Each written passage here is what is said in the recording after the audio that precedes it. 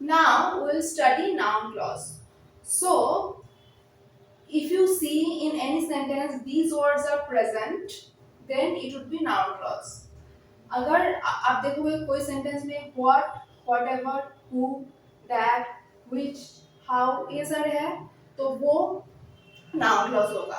और noun clause का एक आसान सा तरीका है नाउन क्लॉज को डिटेक्ट करने का, that all the following examples, यहाँ पे जितने भी एग्जाम्पल्स है actually have what in terms of sense। अगर किसी सेंटेंस में what है मतलब डायरेक्टली ना हो कि उसका सेंस भी what बता रहा है तो भी वो नाउन क्लॉज होगा।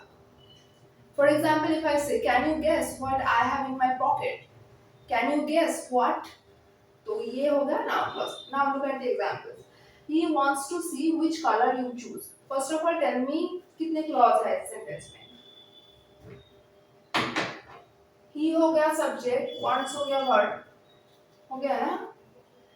देन कलर हो गया सॉरी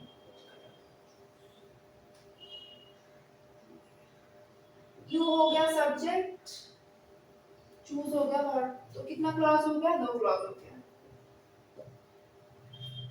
तो ये होगा noun clause. Okay, he wants to see what, एक व्हाट का सेंस आ रहा है ना, वो देखना चाहता है, क्या देखना चाहता है, क्या है जो ये क्या का सेंस आएगा इसमें। Next I can do whatever I want to do, I can do what, again what का सेंस आ रहा है।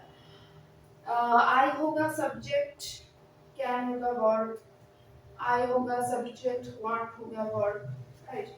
I said that I would tie rakhi to Dilip, rakhi है ना सामने, तो इसमें मैंने राखी का एक एग्जांपल लिया है। I said that I would tie rakhi to Dilip, I होगा सब्जेक्ट, सेड हो गया वर्ब, देन आई होगा सब्जेक्ट, वुड होगा वर्ब, तो ये भी हो। Now look at this example. Everyone can easily understand that you have done the crime. Okay.